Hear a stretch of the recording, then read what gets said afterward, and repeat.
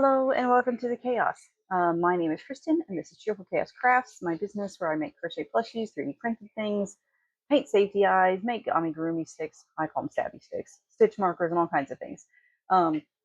Today's video is going to be a recap of my market on Saturday, the Loblolly Festival in Laurel, Mississippi.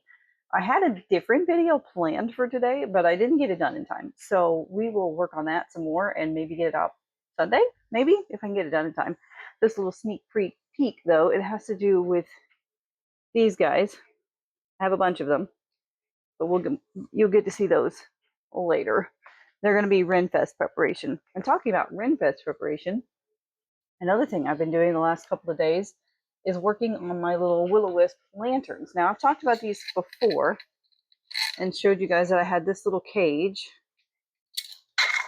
that I 3D printed, and I had a little spike in it to hold up a wisp, and I would take a little wisp and impale the poor little guy on the spike so that he stays upright in his cage, and then screw this back on. And I started to print another one of these the other day to get started on making enough cages for all my wisps. And I must have increased the size of the original file, but I did not write down anywhere what it was. So I had to cancel that first print. And then as I was thinking about it, I realized that this seems like very thick. It's kind of hard to see the wisp through the cage. I kind of like it, but I kind of don't. So I went on another search for more lanterns to see if there was another design that I could try that might work a little bit better for my purposes. And I found one that I had actually downloaded previously and kind of set aside because I thought it might be too difficult to put together. And it's this little guy. I printed this one gold. And it's great because the wisp, it's actually narrow enough that the wisp just stands up. He doesn't have room to fall over. And it opens from the bottom. So then you can slide your little wisp out. You want to just hang out with your buddy. And then you can put him back in here. He is a little bit tall, so you kind of got to squish him up a little bit. But then you can reach through the bottom if you want to and like adjust in how you want him to go. And it has a little handle. So I really like this one. This one does take some work putting together though. Like the pieces are smaller, thinner, don't take as long to print. But each of these side panels is a separate piece that slots together, slots into this base. And then there's two pieces to this top that fit over top of it, and then the handle. And they all have to be glued together because they won't stay together on their own. But once I figured it out, it took me a few minutes to figure out how they all fit together. Once I figured it out, it was actually really easy. And I have this really good E4000 glue that worked perfectly for that. So that's what we'll be doing. I've got another one going on the printer right now. This one is like a shiny kind of pale gold color, and the one I have going now is called amber oxide, so it's sort of a bronzy coppery color. So we'll see how that one turns out. I'm looking forward to it. I have 4 more wisps to make cages for that are not on keychains. I haven't checked my keychain bag. Actually, I may have a couple more in there. So I may make cages for all of them and just take the keychains off of the other guys. We'll see. So that's what I've been up to the last few days. And Saturday was my market at the Loblolly Festival. It's the first time I've done that one. I've heard about it. It's been going on for years and years and years.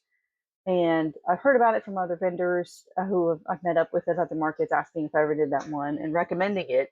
And I had just never had a chance to sign up for it. I usually had other things scheduled for the same day, so I didn't go. So I tried it out this year. I'm trying to remember what my booth fee was. I can actually look that up. Give me just a second, because I have that listed on my spreadsheet, my work spreadsheet. I try to keep track of all this kind of stuff. So I have a Excel file called my bookkeeping file that has all my events for the year summarized and what they cost and what I made, my mileage, and then it's also got a copy of my price calculator for my items and a space underneath that where I can write down like the master list of prices. So anyway, so the Loblolly Festival on Saturday in Laurel was $85. So it's $85 for the table, which wasn't bad. and it was like 300 some vendors.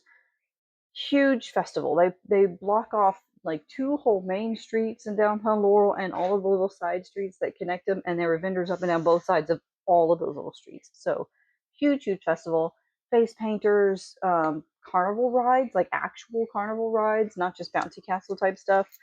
Just so big festival, and a lot of people came through. It was pretty good. It started at 9 and it went till 4, so it was a decent amount of time for the day. Now it takes me an hour to get there, and that setup was 6. Setup started at 6, and they wanted all vehicles off the street by 8. So I had to get up at 4:30 in the morning to be able to leave the house at 5 to get there. So it was a very early day for me. I did not enjoy that part. But we got there, we got set up.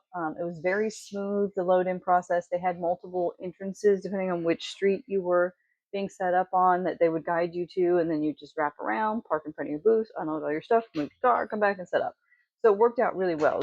It was really done very smoothly. And I have noticed that with most events I do that are run by that city, they seem to run smoother than private events.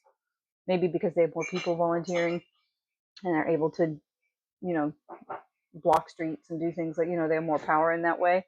So maybe that's what causes it. So anyway, it ran really smoothly. So I have my sales, my little sales sheets that we can go over. It was a really good day. So the first thing that sold was one of my mini Glaceons. And those are my mini Evolution series that I have for sale exclusively on my website. So if you're interested in those, I'll try and pop a picture up on it. If I have pictures of each thing, I'll try to pop a picture up. The next thing was somebody got a Squishy Ghost and a Miffy keychain. So the Squishy Ghosts are the Poggy's Place little ghosts, and I leave a little hole open in the mouth and put a stress ball in it, so they spit bubbles when you squeeze them. And then Miffy was that little bunny on a keychain. Then next was one of my mini Eevees, and then a Scrump keychain. Again, that's also my pattern, and is also available on my website. Scrump keychain, and it's just like this big version of the little Scrump doll. If you do it in Bernat, it comes out to be about this big. Then I sold a 3D printed bookmark and a 3D printed frog. Those are $5 each. I just kind of have them spread on the table as just, a low price point item. Then Cthulhu sold, and I've had him since March, I think, is when I made him when I was on my sister's birthday camping trip. So I've had him for a good little while, and he sold for $65. Then I sold my mini Mystery from the Sanjo Boys. This is actually the second one of those that I had made, and the second one that is sold, so he's pretty popular. He comes out to about this big, and it's sort of like a bobblehead shape. Like his body is just a round ball with bobble arms and legs, and then his head is bigger. Those, I'm not 100% certain I'm going to keep doing that particular pattern because the hair takes a really long time, but I don't know that I can avoid that no matter how I do that particular doll, so I may just have to deal with it. Then I sold my mini Rumi, which is a mod that I did off of Madeline Mako's Coraline doll, and a 3D printed dragon, so that was $50 for that. Then I sold a Pokeball keychain, and then another Miffy keychain. The keychains did fairly well on Saturday, and a 3D printed little Flareon, which also has a keychain on it. Then my first big sale for $120, I sold my Wednesday doll, which is a Madeline Mako pattern, and my mini Mira doll to the same person. And that's, again, modded from Madeline Mako's Coraline pattern. So Madeline Mako's patterns do really well for me. So it was $120 for those two. And then another big sale right after that, a medium-sized turtle, which I sell for $45, a mallard duck, and a very hungry caterpillar, which are $25. So $45, $45, $25, so it's $115 for that particular sale. And then somebody came and got my chubby Dragonite, which is the Aaron's Yarnimals pattern, and one of my big dice tower books. So they're about this size, the standard size ones. That was $75. And then a Labubu keychain and a set of stickers. And then the next 3 people got some of my little Pokemon. So I sold Sylveon, Jolteon, and then Glaceon right in a row. So my little Pokemon did really well on Saturday too, which I was really pleased with. Then a 3D printed Squirtle and a 3D printed Charmander. 2 more Labubu keychains. Like I said, keychains did great. My Umbreon hat, that's the second one of my Umbreon hats that I've sold, so I need to make another one of those now. A 3D printed Flareon, another Pokeball keychain, and a 3D printed Squirtle. A little dragon that I made from Scribbles pattern. It's her little snuggler dragon. It looks kind of like Diddy Dex. It's similar-ish to Diddy Dex, but a little bit different. And hers is a no-sew, and so hers works from like head down, and you sew the legs in. Diddy Dex is tail up, head separate, and then I think you sew on all the limbs and the wings and everything. But the end result, they look pretty similar. I think Scribble's dragon might be a little bit bigger, but I stuffed hers instead of leaving it as a snuggler, just because I like my dolls stuffed. Snugglers don't seem to do as well for me. I think a lot of people just don't know what they are, and then if they see an unstuffed doll on the table, they think maybe it's a mistake. So that sold for $45, and my little Espeon for $20. No, $35. I sold Scribble's dragon for $35, and the Espeon for $20. And I'm going to make a bunch more of those little Scribbles dragons and stuff them, because that's just a really good price point for a dragon for me. I don't have a lower price point dragon really that is very recognizable as a dragon. Like I've got something like the little chubby like Aaron Jarnimal ones, and they're super cute, and I've made them look like Charizard and Dragonite, and people recognize them. But if you just make that as itself, most people have seen it and not realized it was a dragon. They think it's like a toad or something, and then they see the wings and like, why does this toad have wings? So having that smaller sized medium dragon that I can have at a lower price point is really good, because people see the bigger dragons and they love them, but not everybody's going to drop 150 on a big dragon. And then finally, the last was 2 black kitten keychains, and those are the Annie Careway art mini loaf cat. So not the kitten, but the mini, like the smallest size loaf cat I put on keychains. And those were 15 each. So that's all my sales. So all together, my sales for the day were 885, which is pretty good for a one-day sale. I mean, especially considering the Comic-Con, I did maybe 500 a day, 500 to 600 a day, both days that I was there. So better than Comic-Con and cheaper than Comic-Con and closer than Comic-Con. So altogether, better. So it was a really good day. So let's see if I can do some just little quick tallies. So my mini Pokemon, I sold 1, 2,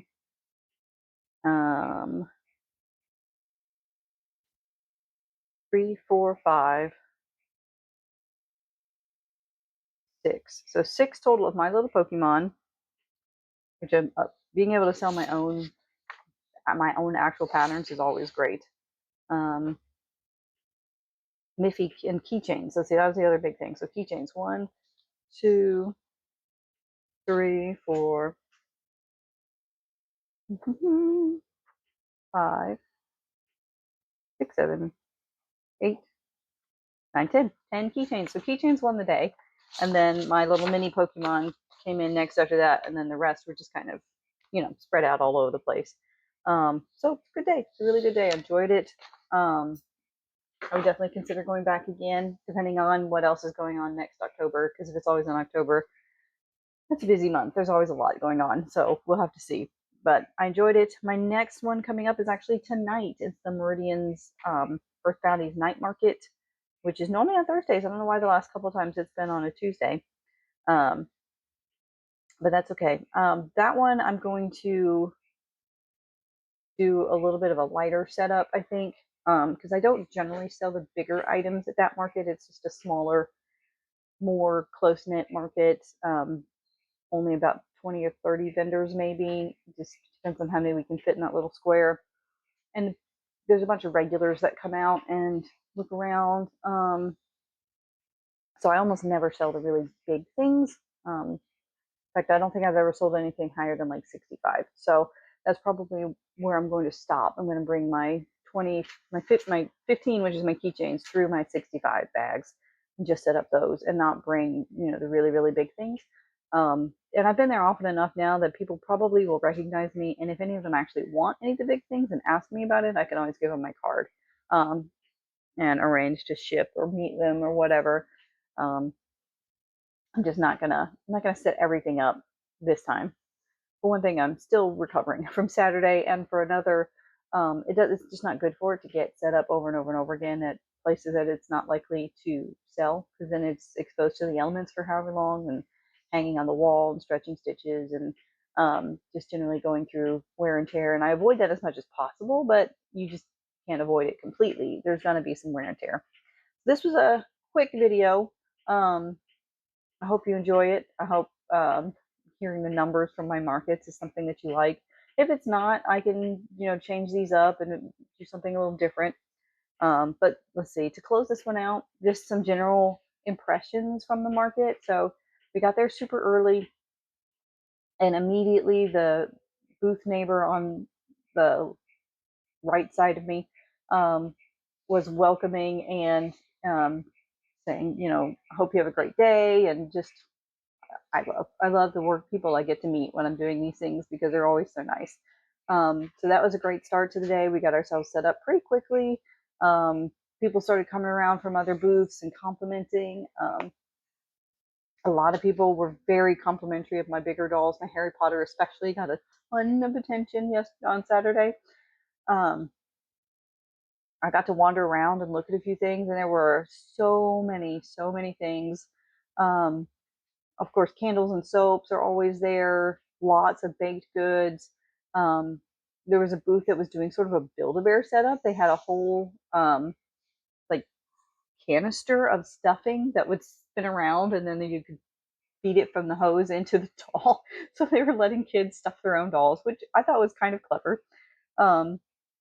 Lots of jewelry booths and stuff, and a couple of more esoteric, I guess, sort of one-off. You don't see them very often booths. One was a very much like Ren Fair style booth, and they had like armored helmet and like chainmail and like all kinds of jewelry and stuff. I wound up buying a little necklace from them that is a little jar of like, I don't know, like dragon scales or something, like little shards of stone and stuff like that inside of it. But I thought it might look fun with my Renaissance fairy costume. And the neighbor next to me had cupcakes, so I bought some cupcakes from her throughout the day. Um, yeah, so it was a good day. I had mostly good comments. It's also the market where I got my first ever comment that was negative against my actual plushies. I've had a lot of people say, those prices are too high, or I couldn't afford that. Most people, though, see my prices and say, well, that makes sense. It's handmade. It takes a long time. Like, that's mostly the response I get. But I've never had anybody actually look at my stuff and say, oh, that's terrible. I actually had this one woman come in with her granddaughter. Her granddaughter was browsing through the shelves and exclaiming over everything the way most people do who come into my booth, and asking, could she have this, could she have that? And the grandma grabbed her arm and started to pull her out and said, your dad only gave you $100 to spend at this thing, and we are not spending it on garbage, and then yanked her out of the booth and walked away. I was flabbergasted. I have never ever had a comment like that in my life. Never. I wasn't offended really, because her comment didn't hold any weight in the face of all of the other compliments that I get all the time on my work. And I know my work is good. I know the value of my work. And like the reactions like I got to these guys when I took them to see Artemis, the Chevy Impala, and the people that were running that at Comic-Con, and like squeals of joy, people who see my stuff from across the way and come running in because they're so excited about what they see.